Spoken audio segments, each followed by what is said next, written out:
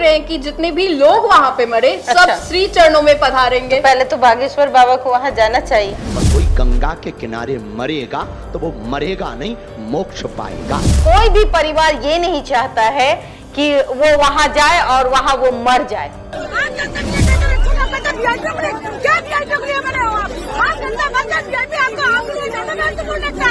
अगर एक आदमी मरता है तो उसके परिवार का सब आदमी मर जाता है। बच्चा यही आ गया, बच्चा भी इतने सब परे हुए थे कि मुझे समझ में नहीं आ रहा था। वहां लोग अगर स्नान करने जा रहे हैं तो आप जाइए, लेकिन अपने हिसाब से जाइए। नमस्कार, आप देख रहे हैं देशा न्यूज। आपके साथ मैं हूं राजनंदिनी। आस्था की डुबकी लगाने के लिए करोड़ों की संख्या में लोग प्रयागराज महाकुंभ गए थे। इसलिए भी गए थे क्योंकि वो कुल 144 वर्षों के बाद आया। लेकिन पहले लोग वहां पर जाते हैं, फिर भगदड़ मच जाती है और बहुत सारे लोगों की मौत हो जाती है। सिर्फ ये खबर नहीं है, इसमें आपको बता दें तो बागेश्वर धाम सरकार उर्फ धीरेन्द्र शास्त्री का एक बयान आता है। डिबेट भी होने शुरू हो गया है। आपको बता दें तो धीरेन्द्र शास्त्री ने ये कह दिया है कि जितने भी लोग इस भगदड़ में मरे हैं वो सभी सीधा स्वर्ग को पधार जाएंगे, यानी कि भगवान के श्री चरणों में चले गए। वहीं पर शंकराचार्य इस बात का सीधा सा विरोध करते हुए ये कह रहे हैं कि उसमें तो सबसे पहले धीरेन्द्र शास्त्री को जाना चाहिए।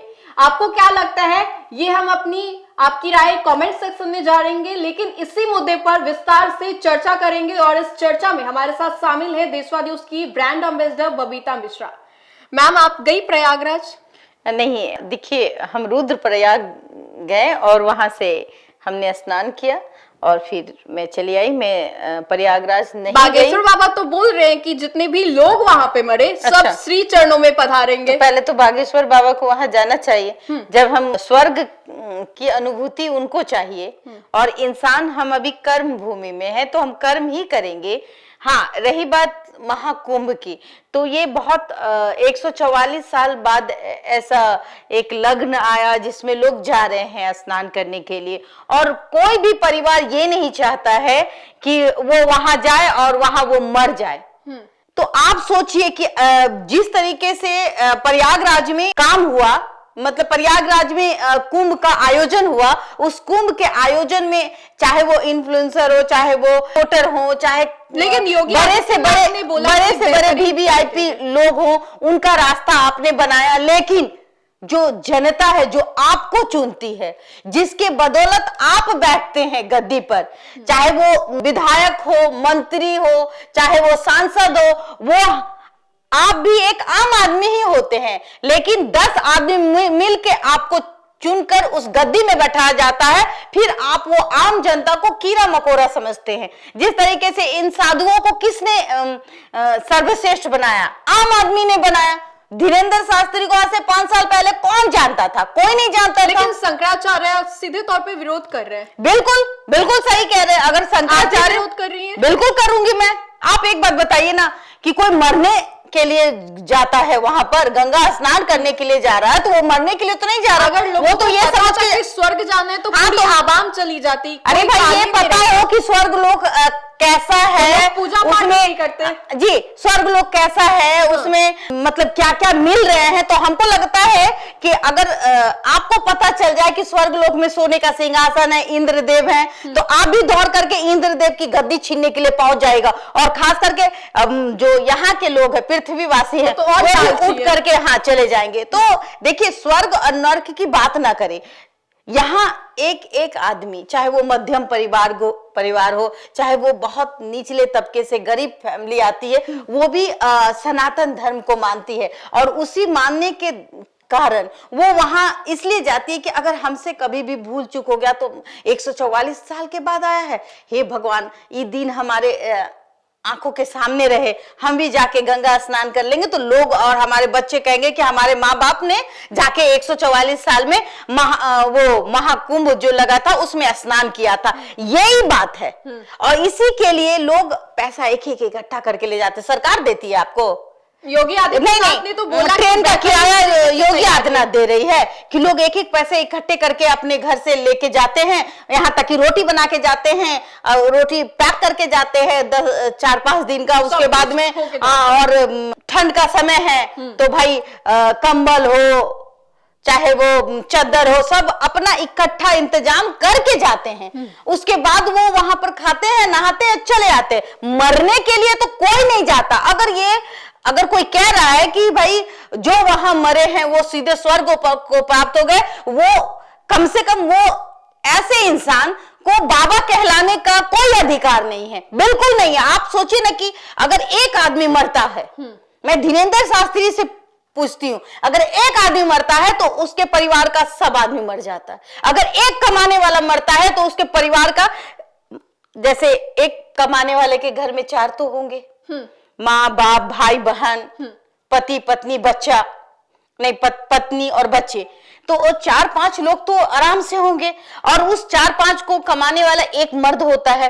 वो मर्द जब अगर वहां पे भगदड़ जिस तरीके से मची, और वहां पे अभी कह रहे कि 30 आदमी, लेकिन वही इन्फ्लुएंसर ने पोल खोल दिया। मतलब व्यवस्था की अगर पोल खोली तो उस लड़की ने खोली, और वो मीडिया में आके बोल रही है कि इतने सब परे हुए थे कि मुझे समझ में नहीं आ रहा था। उसकी दुकान में भी सब कुछ लोग घुस गए थे। बिल्कुल बिल्कुल, उनके दुकान में घुसते हुए नजर आ रहे थे। पैसे भी चोरी किए गए काउंटर से। मतलब धर्म स्थल पे ये सब हो रहा है। मतलब वहां पुण्य कम और पाप ज्यादा।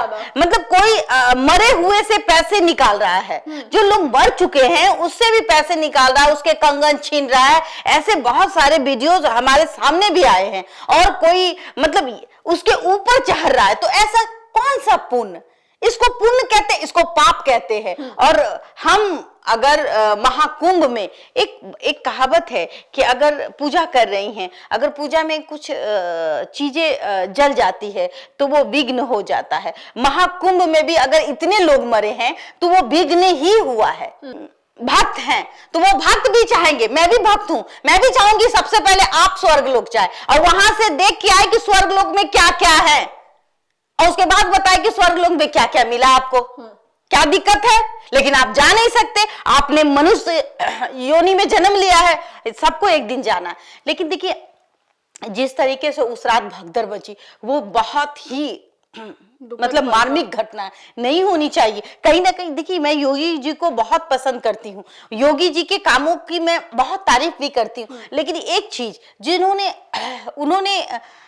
उनके द्वारा, मैं योगी जी को नहीं, उनके प्रशासन में जो कमियां हैं वो साफ साफ झलकती है। आज भी देखिए आप कि बैरिकेड बंद कर दिए जाते हैं, कोई पुलिस वाला आता है, खाना बनाते बनाते उसमें मिट्टी डाल देता है। मतलब कि वहां की जो स्थिति है वो दयनीय है। वहां लोग अगर स्नान करने जा रहे हैं तो आप जाइए, लेकिन अपने हिसाब से जाइए। मैं कहूंगी जो भी सनातनी हैं, हमारे भाई हैं, वो वहां जाएं, स्नान करें, जहां मिले। कोई जरूरी नहीं है कि आप संगम में जाके स्नान करें, आप वहां जाएं और स्नान करें आराम से, और स्नान करके चुपचाप कोना कोना से निकल के चले आए।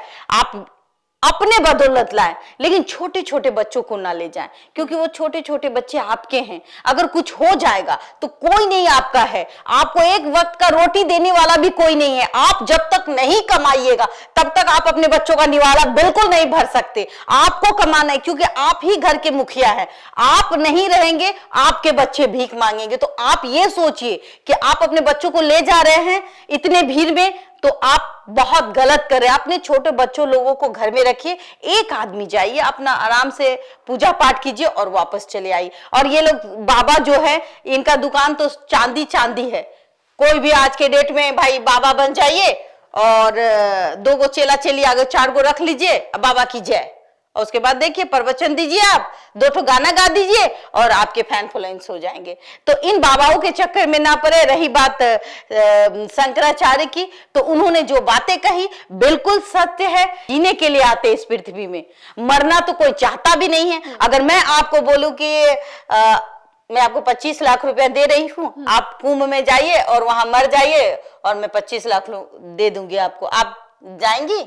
जिंदगी से बेहतर मौत थोड़ी है किसी को।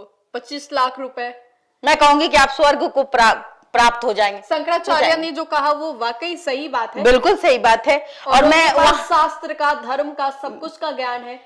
सबसे बड़ी बात है कि मैं अभी भी कहूंगी कि उन लोगों से कि हमारी माता बहनें, हमारे भाई लोग जो वहां जा रहे हैं, आप सनातनी हैं, हम भी सनातनी हैं, आप जाएं, लेकिन आप जा रहे हैं तो ये ना समझे कि कोई सरकार, कोई प्रशासन आपकी हेल्प करेगी। आप अपने बलबूते जाएं, अपने 2 रोटी घर से बना के ले जाएं और अकेले ही जाना पसंद करें। छोटे छोटे बच्चों को ले जाना नहीं चाहिए।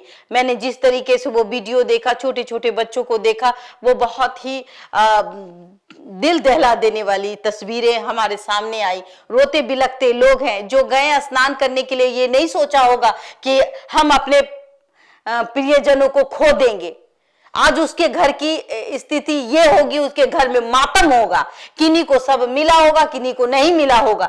तो ऐसे 30 का आंकड़ा आया, पता नहीं कितने लोग होंगे और कितने लोग लापता होंगे। लेकिन प्रशासन की जिम्मेवारी ये भी है कि उन लोगों को ढूंढ करके उनके परिवार तक उनके पार्थिव शरीर को पहुंचा दिया जाए, जिससे कि कहीं ना कहीं वो अंतिम संस्कार कर पाए।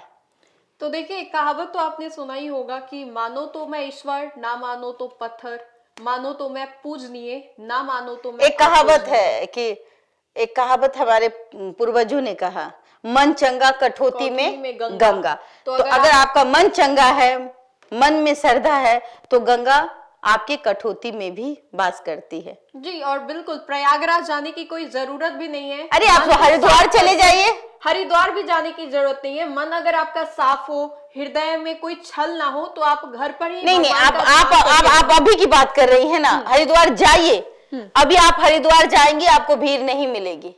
आप हरिद्वार जाइए, वहां जाके स्नान करके आइए, वहां भी मोक्ष की प्राप्ति होती है।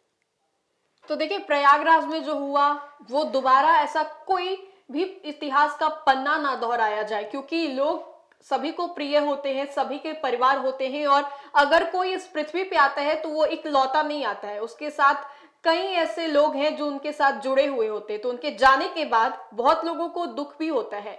इसीलिए कहीं धर्म स्थल पर भी जा रहे हैं तो सोच समझ कर जाएं, या कुछ भी कर रहे हैं तो सोच समझ कर करें। आप क्या सोचते हैं इस वीडियो को लेकर के? अपनी राय हमें कमेंट सेक्शन में जरूर दें। अगर आपको हमारा ये वीडियो अच्छा लगे तो लाइक करें, चैनल को सब्सक्राइब करना बिल्कुल ना भूलें और ज्यादा से ज्यादा इस वीडियो को शेयर करें। फिलहाल के लिए इस अपडेट्स में इतना ही, हम दोबारा जुड़ेंगे। धन्यवाद।